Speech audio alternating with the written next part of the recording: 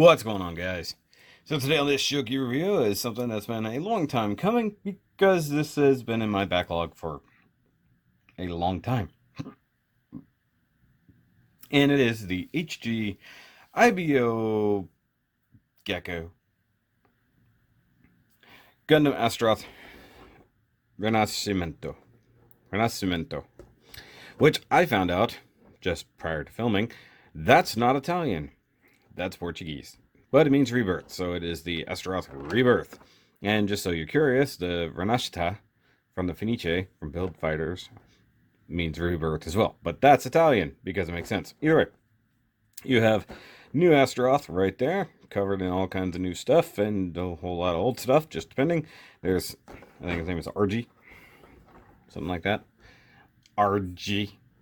And then he's got the old cool red Bandai logo, Bandai 2017. Like I said, it's been a while.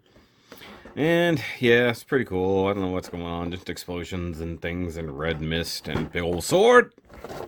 And come to the bottom, you got obligatory rear and front shots, and mini armaments can be mounted over the whole body. That's true. And you've got action. Enjoy creating impressive poses by using its whole body structure. It says that on every box. The distinctive asymmetrical design is modeled in 3 dimensions. That is stupid. And you got connect the demolition knife and the bastard chopper. Bastard chopper. To make a huge sword, although it's not actually showing that really in that shot. That's a little weird. You got shield arm. You've got other stuff. Box falling apart. And all the weapons and such in the box. And coming out of the side, you got number 39 in the line, so we're way past that. And you got BandaiHobby.net, which they don't even really talk about anymore. And by the way, IBO Gecko logo there. And come to the last part, customize. You can throw all kinds of parts on there. It does come with a whole lot of extra parts in the box, plus if you want to use some extra stuff, such as that option set, you could totally do that if you want. And you got Bandai Hobby, Japan, all the things.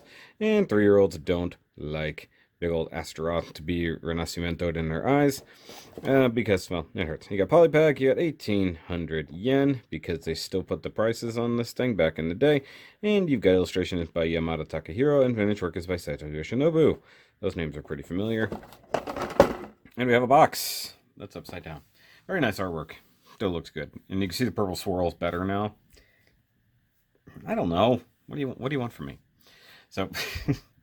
I threw this together pretty quickly, and yeah, it's another Gundam. It's an IBO Gundam. So let's get to it.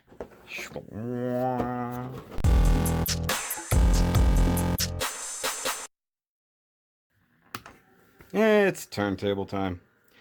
So, the build was no more difficult than any other IBO build, and I did just do it as a straight build, no extra paint, no nothing. Really just trying to knock down the backlog because I got new stuff coming in, plus I have stuff that I bought not long ago that's just sitting on my other chair waiting to go on the shelf, and frankly just needed to make room. And this guy, along with its evil counterpart, so to speak, were in the backlog for a long time. But yeah, there's not a whole lot of craziness going on here, except for the sheer amount of random bits and pieces on it. That's about as crazy as it's gonna get. So of course we're gonna be comparing to the other versions of the Astaroth as we go, plus just kind of stumbling along and talking while plastic is in front of me. I think that's how reviews go. Yep. Okay, so new Astaroth time. I'm gonna get the comparisons out of the way just real quick because we have original Astaroth, so you can see there's still a few bits that are untouched. Most of them have been replaced. Let's just be honest here. And I guess throughout part of the story, he's been trying to reclaim some of the original origin armor. So you've still got like some of that. You got the chest armor, the crotch, some other bits and pieces like the knee and slash thigh armor down here, or calf armor, is very similar, though the knee armor is different. I'm wrong about that. And then the feet are very much origin. So, somewhere in between. But the head is still mostly that one. But it looks like it's just got a random knife chunk there. And we'll turn this way. It's hard to turn 3 things at once. So we've got the old kind of extra fist slash armor, the new one. And then, of course, you've got the same demolition knife that you got there. I called it a construction knife last time, I think. And then the folded version on this guy. And you have the hammer, shotgun, sword combo that you can have from this one. Of course, this guy has like the flight pack, so there's just nothing the same there. And backpacks, not a whole lot of similarities there. But now looking at this one, we still have more comparisons to do on the next review. So these guys aren't going to go too far. But one thing that bothers me, so I get that it's asymmetrical because parts were lost and they're doing what they can to reclaim them. But why have one big thruster like this and then whatever the heck that's supposed to be? I mean, even on this one, they had the same kind of thrusters and then it gets completely wrecked and then, you know, has to recover a lot. But I guess part of me wonders, were some of these Gundam parts still like laying around somewhere? I know that basically armor was sold off and whatnot over time. Same thing with equipment, like the nano laminate sword, the gamma nano laminate sword is long gone. Unfortunately, it still has the connector thingy that'll come up later. But now we got this new arm, new weapons, same gun, all kinds of other stuff have been updated. It's weird to think that, okay, Barbatos and stuff like that, we saw the evolution of its armor and things like that over time. We saw the modifications done to it, but they at least tried. I guess RG and then whoever he may work for in the manga may not have much money, and they're literally just scrapping things together the best they can. So, I mean, it is what it is. And obviously, this version was one of my favorites of the year it came out. And then this one was never one of my favorites, but I always thought it was kind of cool. It's an interesting design, although very silly execution in most of it. And by the way, you can essentially build most of this with what comes in that box, just so you know. But it does also come with a lot of other parts. So there's that. I'm not really going to go over regular articulation, but we can go over the new articulation, so to speak. So we have this new shield arm thing. Forgot that was just a ball joint. So this can actually act as a spare arm. That's pretty cool. And then you also have this thing over here on the shield. There's also an arm. So it has a little fake hand here, but it has the original hand inside there. So that's pretty neat in and of its own self. So that can still function, but he can kind of hold more things at the same time. And considering the sheer amount of weapons he comes with, that makes sense. So we'll start out with one of his basic weapons with his machine gun, which I like that they gave a little hook there for now. And just taking a look, it is the exact same machine gun that we got from the original. So nothing crazy or special there. And he can hold it in his regular hand, or he can hold it here, which I like. I like the extra robotic hand. I think that's very cool. He does have knives for whatever good they do. They're mounted here on this side. And there's just two of these Rambo style knives. Pretty cool. I feel like we've seen these before. Did one of the other versions have it? I feel like something else had knives like this. I swear I've actually found one of these laying around somewhere. So maybe it's a different kit, but very similar to the knives that you get with like the Strike. They used to like live down in the side pockets. So you can have them there. And you have the second knife there. They just kind of roughly clamp in there. No, of course, now you have the weight of two big arms to hold stuff instead of just one. So he does still probably droop over time, especially if we're adding in gigantic weaponry, such as the demolition knife. Now this is the just standard mount that it comes with. You don't have to plug it in there if you don't want to, but of course we want to, because we do want to have this giant folding switchblade of a thing at our disposal. Gotta love that. Even has the fold out handle with the knurling. I love the molding on that knurling. And so nothing new or different with this. It's exactly the same. And if you want to just Yeah, you can't do that. I just really wanted to try. He does come with at least one other type of hand. I'll show that off in a second. Fold that handle back. Come on, get in there. So he can hold that just like that.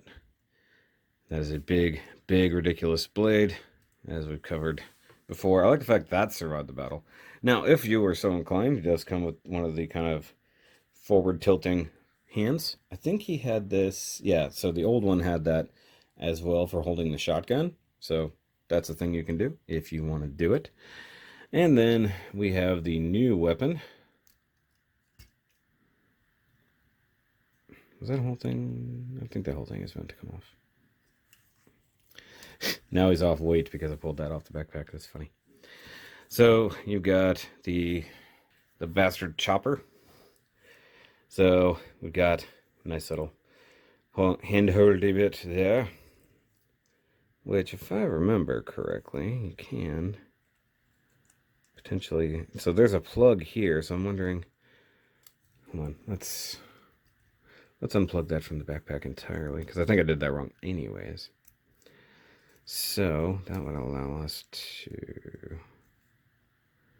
plug that in there if we want to. There's a thing. Okay, so let me take the gun out of the not real hand there and see what I can do with this. So you can fold all that kind of flat. And I guess it looks like in theory you could tuck that right in there, but it's not the right angle for anything. But it does have that hole there, so presumably you can mount at least one of the weapons to it. But let's just use it as the hand that it is. Grab by the handle. Well, that didn't work. And I know there's some of you like just yelling at the screen. That's not how it goes. I don't care. I'm doing what I want. And we do run into the IBO tilty feet problem. Okay, so yeah, you don't want this attached in theory. Wait, hold on. I gotta look at that because I don't see that nub sticking off, but I don't think that's 100%. Either that or it's supposed to be the other way, because it was mounted backwards. So either way, that's roughly the handle. As you do. Now the weird thing is, so this isn't just a blade, so to speak. It does have the nice serrated edge. It's a smashing tool. It also has a Dynslave thing in it, because apparently that's just something many people had the ability to get a hold of. Sure. Why not? But as previously discussed in the instructions, you can also make one really big, disgusting bastard chopper demolition knife, which I'm going to swap these hands out for just a second. Hold on. Okay, so there's the angled hand, which is cool. So now he's still trying to recapture his title of biggest sword in IBO, but sorry, you're still not coming near the Helmvigs record. I hate to break it to you, buddy. But it's still pretty cool. Now, there ain't no way that arm is going to hold the weight of that, right? No, because even the shoulders giving out under those conditions. Even if you wanted to try to dual hand it, you know, hold it in that hand and then try to hold that, I don't think it's even going to really manage it. This one, maybe. You know, the robot hand, as it were. But let's put it in this one, just because we haven't done anything with it yet. Because I like the idea that he's got a hand inside his shield mount thing. And I believe you can move this. I read it in the instructions, but I'm going to be honest, I'm not going to. I like the way it is right there. Now, you don't have to have it on there. And one thing that's funny, so you can see the rounded arm right there. Now, I'm trying to remember if that's the same as the original Yeah, it is. It would be interesting to like make a Mega Man kind of custom for that. You guys can probably see the Mega Buster aspect to it. If I had to guess, if you're like me and you see the silly things happen. Okay, so let's just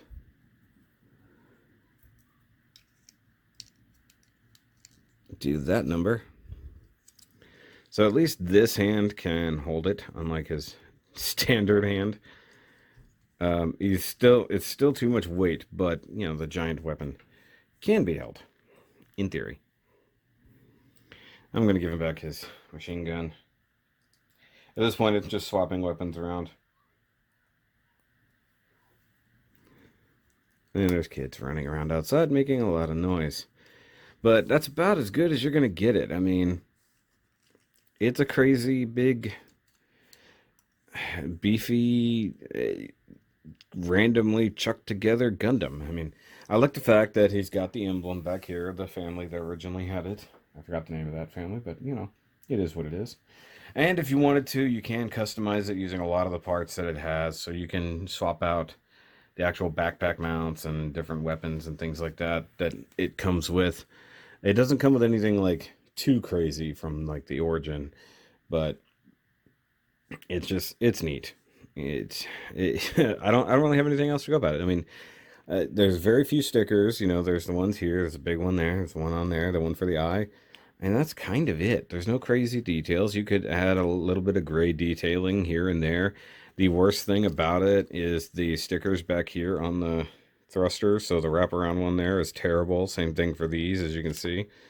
And then the leg armor comes off really freaking easy for some reason. Like there was no reason for that to just pop right off right then. So, I mean, if you're a huge fan of IBO, then you just kind of want to get the rest of the Gundams that existed. This is not one of the better ones, if I'm totally honest. It's cool, but I think that the origin version really just takes the cake for it. I think that this one, while has a lot of cool parts and would probably be neat as kit bash material, I think that that's about it. That's all you're going to get out of it. I think that just this bit of the Gundam isn't worth it, in my opinion. But like I said, if you're a fan, you have to have it. And if you just want a customizable thing, by all means. That's kind of my final thoughts on it.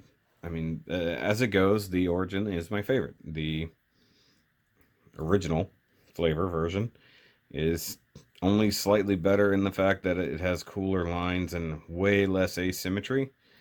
And while some asymmetry is fine, this is just going too far in my mind. But when you have patchwork Gundams, that's what happens. And well, as we'll see next go round, on the next review, we still have more patchwork Gundams coming from this thing. So if you have it, if you had any other issues or stuff like that, let me know in the description or in the comments down below. And of course, go check out the rest of the IBO playlist, if I've hopefully remembered to do this. And go check out the other Astaroth reviews if you actually missed them, if you're new. If you are new, hit the subscribers button. And of course, hit that like button. And if you want to help support the channel, by all means, going into the future where it's honestly incredibly unsure what's going to happen, go ahead and check out the Patreon and just help support things. So that I don't have to rely on any kind of money or advertising or data collection via YouTube. Also, it's called a Bastard Crusher. That's hilarious. But I'll catch you on the next review. And remember, as always, to keep on building.